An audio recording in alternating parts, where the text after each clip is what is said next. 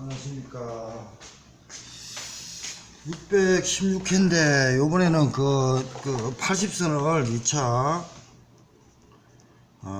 80선 적중 문제를 하겠습니다. 이제 이거 10일 날은 반드시 좀 이렇게 참석하시고요.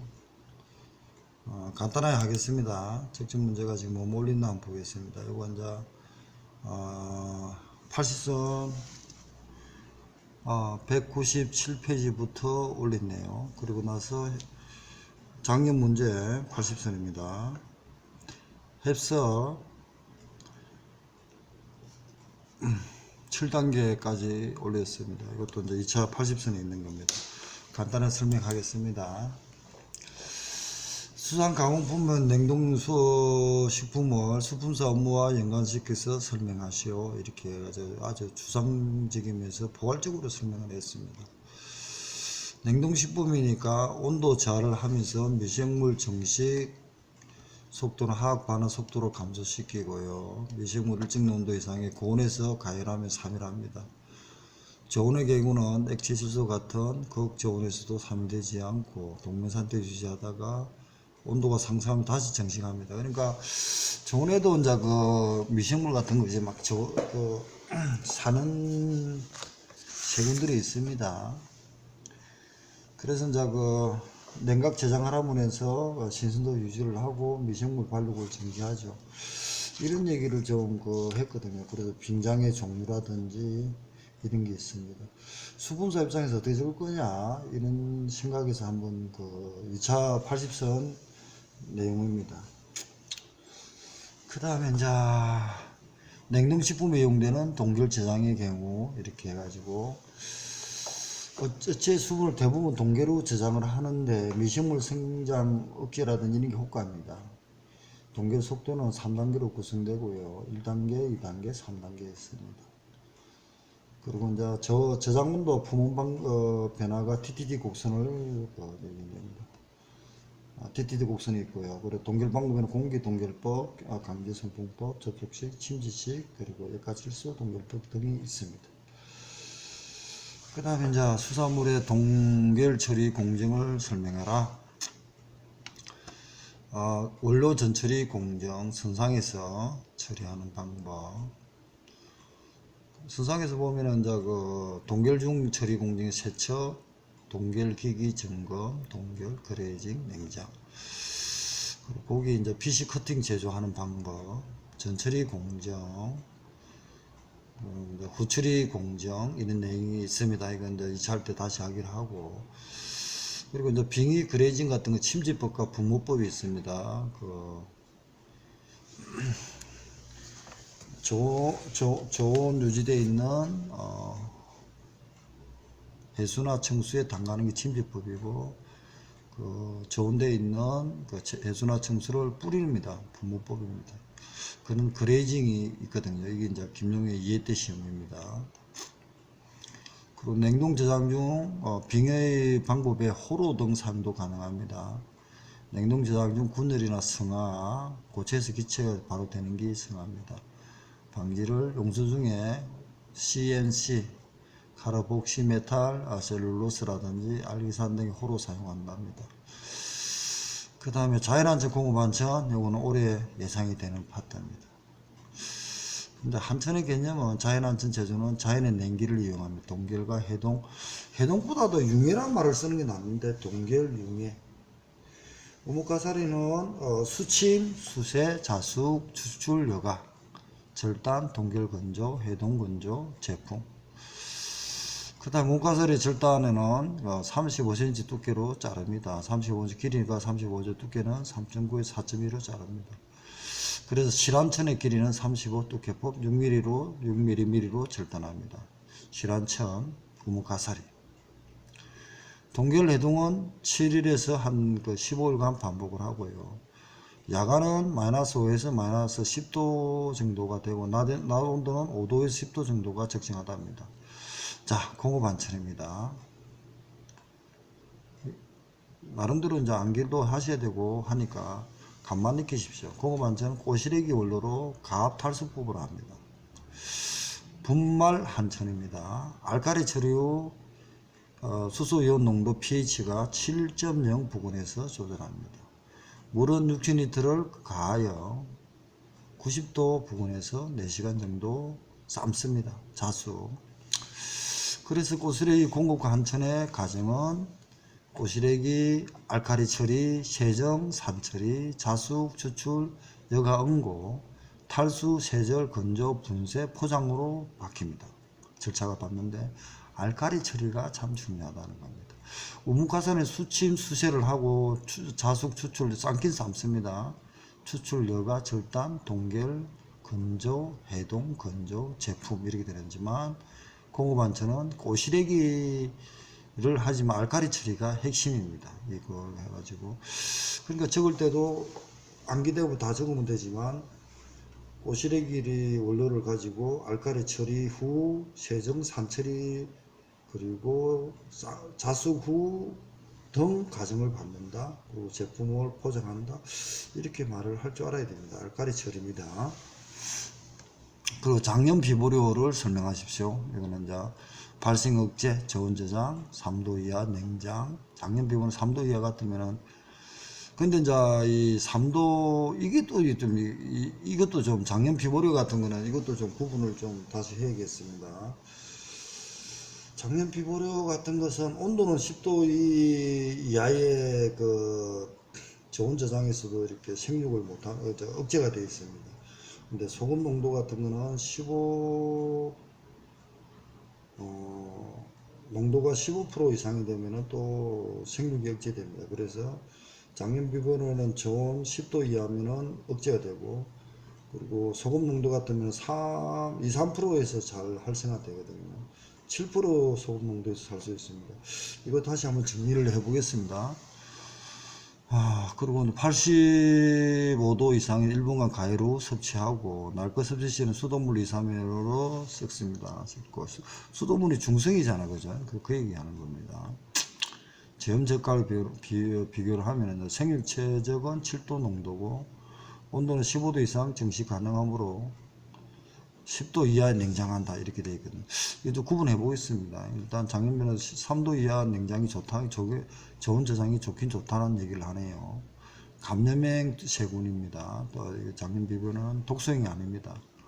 보툴리스군은 식중독이 독소형이죠. 그래서 원인군은 크로스터리둠 보툴리눔군이고요. 독소형 식중독을 보툴리점이란다. 독소는 8종이라는 게 있고요. A, B, E, F 인체의 식중독을 일으킵니다. A, B, E, F입니다. 발생 시간은 8시간 36시간이고 현기증, 두통, 호흡 곤란이 일어나고요. 원인 식품은 통조림, 뱅조림, 레트로트 식품이고, 내열성 포자는 120도 4분 이상 가열 삶됩니다. 그리고 120도니까 또는 독소는 열에 약하여 80도에서 20분, 100도에서 1~2분 가열 시 독소는 발되지만 포자가 120도에서 4분이지만 100도에서는 30분이 해야 또 3일이 됩니다. 다시 보완을 하겠습니다. 요 내용은 적으셔야 됩니다. 그리고 나서 내열성 포자는 120도에서 4분 이상 가열하면은 죽는다 했지만, 내열성 포자는 100도에서는 30분 이상 가열해야 3일이 됩니다.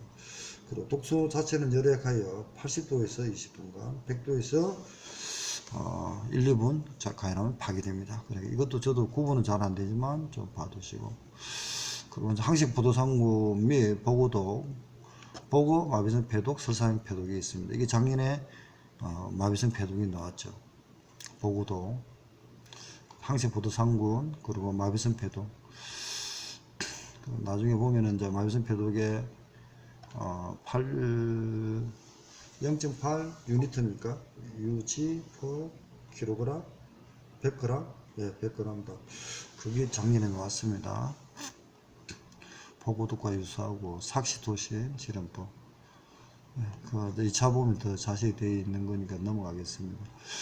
그리고 농산물 분지관리법 5조 포준거래가 아까 지르셨죠. 등급 고객은 10개, 포준거래 중에 거래 단위가, 포장 고객 중에 거래 단위가 페루가 있고요, 선호루가 있습니다. 이거 좀 올해는 좀 정리해야 될 건데 저번에도 강의했습니다. 포준거래 품목은 문어 젓는데 3, 50, 15, 20kg 되어 있습니다. 그리고 5km 미만이나 최대 거리 단위도 그 상간섭 등 합의에 따라서 사용하고, 포장이나 등급고객, 포장고객품이 제정되어 있지 않은 유사 품목도 가능하다. 이게 단서니까 여위에는 이렇게 하지만 이거 외에도 가능하다는 겁니다. 작년에 1차 질문이 뭡니까? 포장거래 품목에서 3, 5, 10, 15, 20kg, 50kg를 나눴고 가능하지 않는 것 50kg 답이었거든. 그런데 2차 쓸 때는 그렇게 이제 포장국의 거래 품목은 이렇게 20kg까지 되어 있기 때문에 그 답은 50이었지만 이 단서까지 한다 그러면 50kg도 가능하다는 얘기입니다. 물어볼 때 다시 설명하겠습니다. 그러고 나서 특산물입니다. 품질 인정 14조 이하입니다. 이것도 좀, 마른 오징어는 중량은 60g 이상 말이고요. 수분은 23.0% 이하입니다. 이게 이제 3회 때 놓은 거거든요. 10가지 등급 고객도 역시 북어, 생굴, 멸치, 새우, 감미역, 이게 작년에 나왔죠. 파치품은 15cm 이하의 혼입률은 3, 5, 10. 노쇠엽, 중해엽, 할마쇠엽 등의 혼입률은 3, 5, 10. 3, 5, 10 같죠? 색깔은 우랑, 양호, 보통. 보관온도 마이너스 5도씨 이하. 예, 보관입니다. 등급 고객은 수입자나 가공업자, 생산업자가 지켜야 될 겁니다. 보관온도 마이너스 5도. 수분은 63이고요. 염분은 25에서 40 이하다. 이런 식으로 간단히 해놨습니다. 그 다음에 위에 햅삽입니다. 작년에 놓았죠. 자, 이게 지금 햅삽의 선행조건 2개, 5단계, 7단계 해가지고 7단계를 설명해라. 이게 작년에 놓았습니다. 이 책은 작년 시험처에 제가 강의한 겁니다. 놓은다고 했고 놓았습니다. 그래서 농산물 분재관리 방법의 근거 69조는 기존이고 70조 이하 이렇게 적고, 선행조건, 간단한 위생, 호전 위생, 5단계 예비 절차, 특징, 본절차의 시행착오 방지를 위해서 팀제를 구성 등 물어보는 건 7단계에 7단계로 들어가는 겁니다. 특징, 조치 등이 긴급하면서 시간적 한도 내에서 CCP 관리하는 것 이렇게 하는 거죠. 그래도 위에 위중함모를 이렇게 개선 조치하여 개선 검증하여 문서로 기록하자 이렇게 암기해가 이걸 적었어야 됩니다. 근데 작년에 적는 문제가 아니고 적는 문제였습니까? 아니 이제 잡아 있는 문제로 좀 짙게는 놓았습니다. 그래서 이게 적는다면 어떻게 적을까 해가지고 이 차를 지금 이렇게 적었습니다. 그래서 고민 좀 해보시고.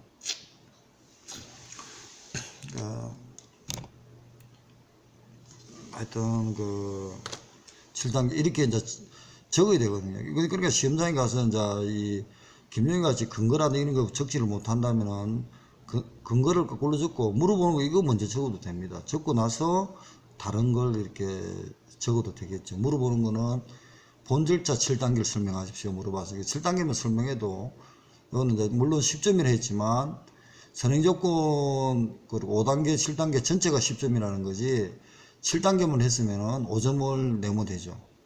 근데 그러니까 작년 문제도 좀 있고 했으니까 어떻게 적을 것인가 이걸 좀 고민해 주시기 바랍니다. 그래서 햅삽 구성과 본능상 지정계획 구성과도 관련성이 있다 이렇게 해가지고 이렇게가 끝을 냈습니다. 이게 이제 작년에 예상을 했고 시험이 나왔습니다. 이게 그래서 간단하게 지금 왜냐면 1차 위주로 하다 보면은 2차 하는 분들이 1차를 강의를 안 듣잖아요.